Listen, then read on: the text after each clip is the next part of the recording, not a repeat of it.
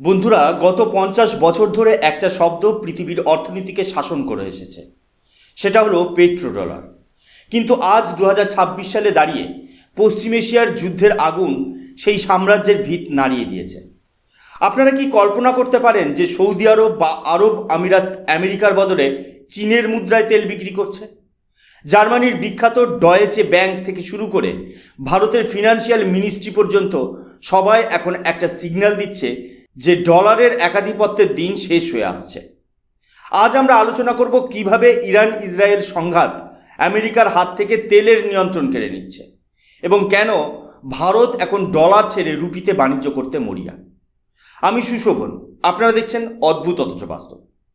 বন্ধুরা, বিষয়টার গভীরতা এবং এর ভয়াবহতা বুঝতে হলে আমাদের সময়কে প্রায় 5 দশক পেছনে নিয়ে গিয়ে 1973-74 সালে নিয়ে যেতে হবে।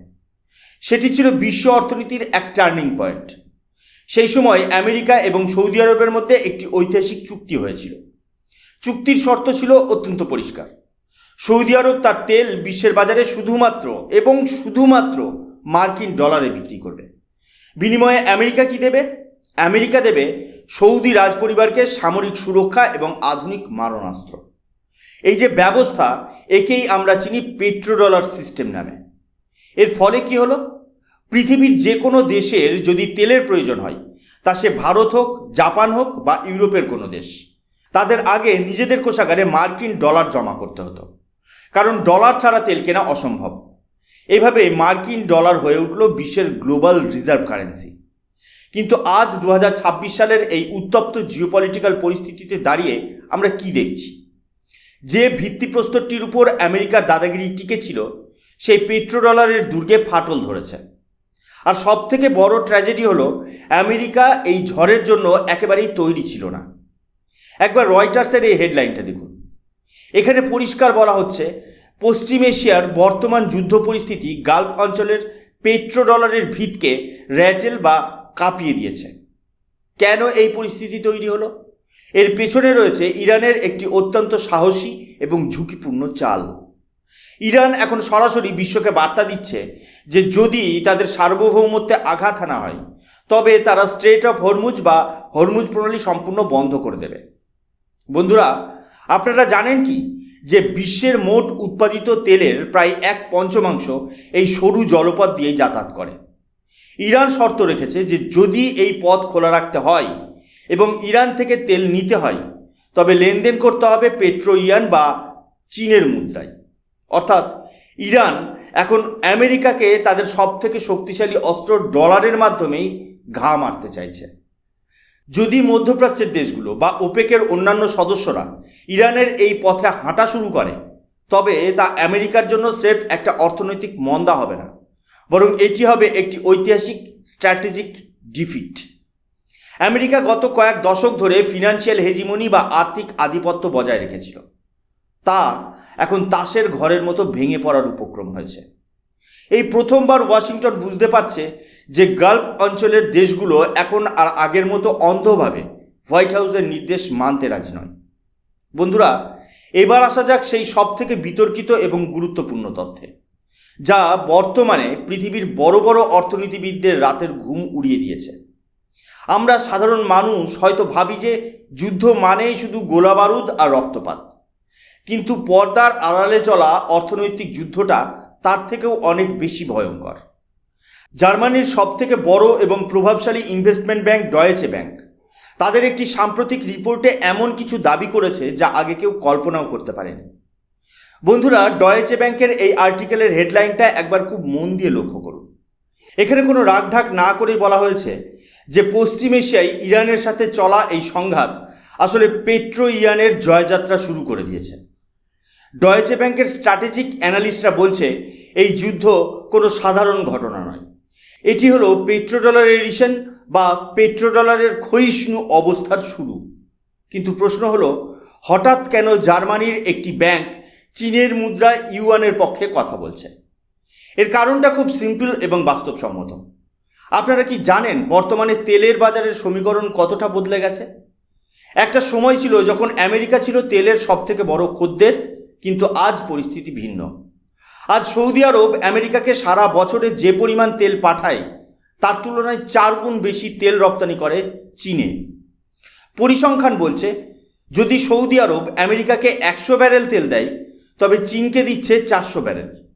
এখন আপনারাই বলুন, যখন ব্যবসার সিংহভাগ হচ্ছে চীনের সাথে, তখন সৌদি আরব কেন শুধু শুধু মার্কিন ডলারের বোঝা বয়ে বেড়াবে?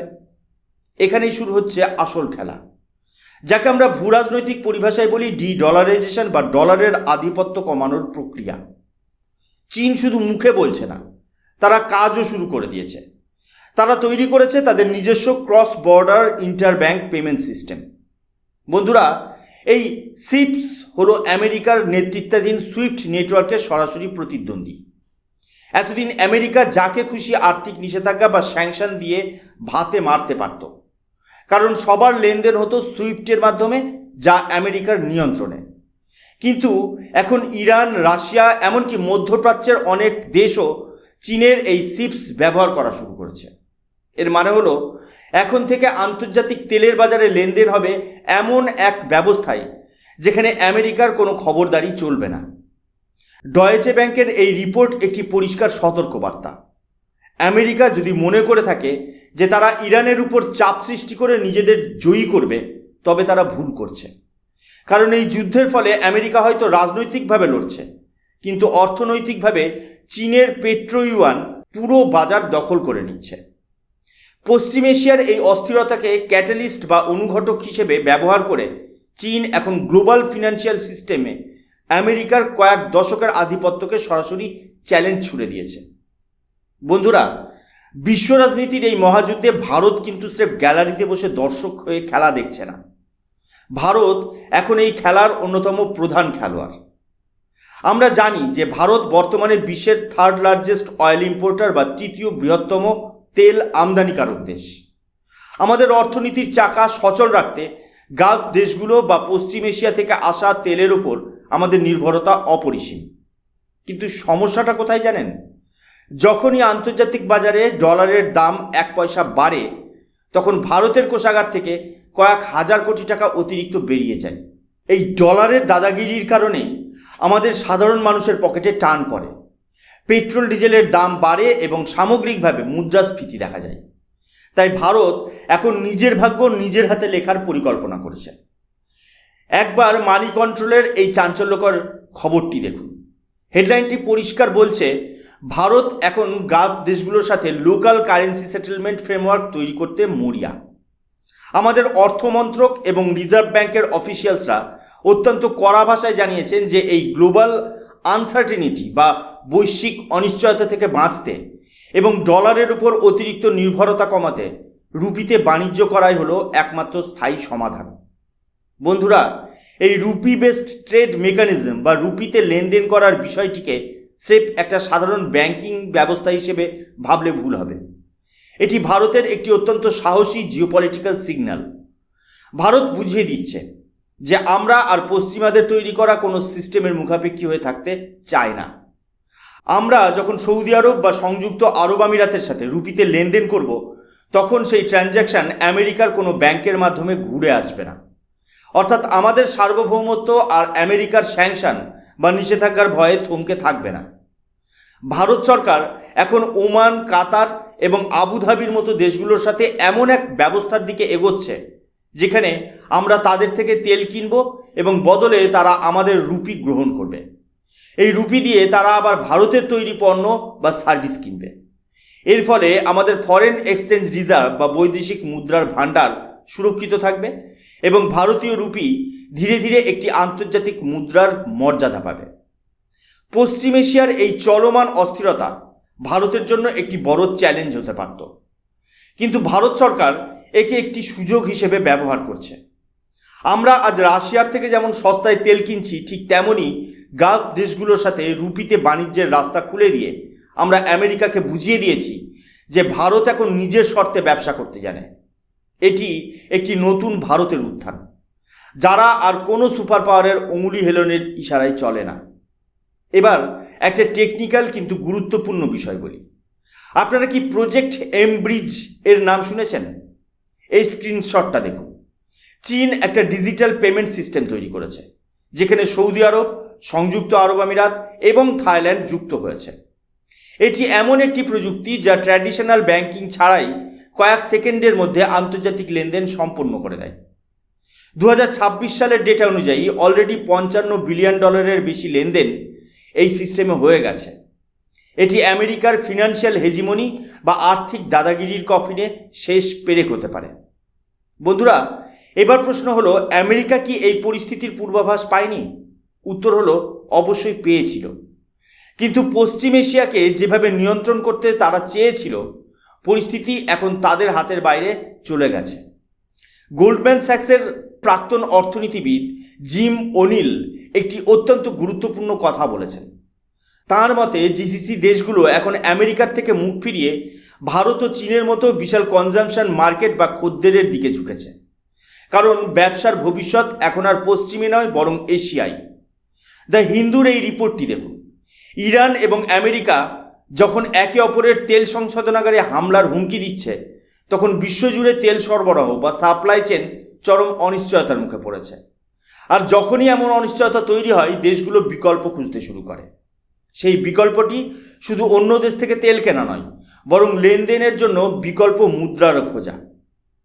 আমেরিকা যখনই ডলারকে রাজনৈতিক অস্ত্র বা ওয়েপন অফ স্যাংশন হিসেবে ব্যবহার করছে, তখনই বিশ্বের অন্যান্য দেশগুলো সতর্ক হয়ে গেছে।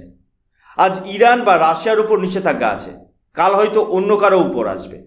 এই ভয় থেকেই জন্ম নিচ্ছে অল্টারনেটিভ পেমেন্ট সিস্টেম। বিশেষজ্ঞরা বলছেন, আগামী 5 থেকে 10 বছরের মধ্যে আমরা এমন এক পৃথিবীর দিকে এগোচ্ছি যেখানে কোনো একটি নির্দিষ্ট মুদ্রার, বিশেষ করে ডলারের একচ্ছত্র আধিপত্য বা মনোপলি থাকবে না। তার বদলে গড়ে উঠবে একটি মাল্টি কারেন্সি অয়েল ট্রেড ব্যবস্থা। এটি হবে একটি বৈচিত্র্যময় জগৎ, যেখানে পেট্রো ইউয়ান, পেট্রো রুপি এবং পেট্রো রিয়াল পাশাপাশি চলবে। ডলার হয়তো এখনই শেষ হয়ে যাবে না, কিন্তু তার যে দাপট আমরা গত 50 বছর ধরে দেখে এসেছি, তা চিরতরে ফিকে হয়ে আসছে। বন্ধুরা, পরিশেষে এটাই বলা যায় যে পেট্রো ডলার হয়তো রাতারাতি শেষ হবে না, কিন্তু তার যে দাপট আমরা গত 50 বছর ধরে দেখে এসেছি, তা এখন অস্তমিত। পশ্চিম এশিয়ার এই যুদ্ধ আসলে একটি নতুন গ্লোবাল মনিটারি অর্ডারের জন্ম দিচ্ছে। ভারত এই নতুন ব্যবস্থায় কতটা লাভবান হবে তা সময়ই বলবে। কিন্তু একটা জিনিস পরিষ্কার, আমেরিকার দাদাগিরি এখন চ্যালেঞ্জের মুখে। আপনাদের কি মনে হয়, পেট্রো ইউয়ান কি সত্যি ডলারকে সরিয়ে দিতে পারবে, নাকি ভারত তার রুপির দাপট বজায় রাখতে পারবে? কমেন্ট সেকশন আপনাদের জন্য সবসময় খোলা। ভিডিওটি ভালো লাগলে লাইক করুন এবং শেয়ার করুন। এই ধরনের আরও গভীর জিওপলিটিক্যাল অ্যানালিসিস পেতে সাবস্ক্রাইব করুন অদ্ভুত অথচ বাস্তব। আমি সুশোভন, দেখা হবে পরবর্তী একটা নতুন ভিডিওতে। ততক্ষণ পর্যন্ত ভালো থাকবেন, সুস্থ থাকবেন। জয় হিন্দ, বন্দে মাতরম, ভারত মাতা কি।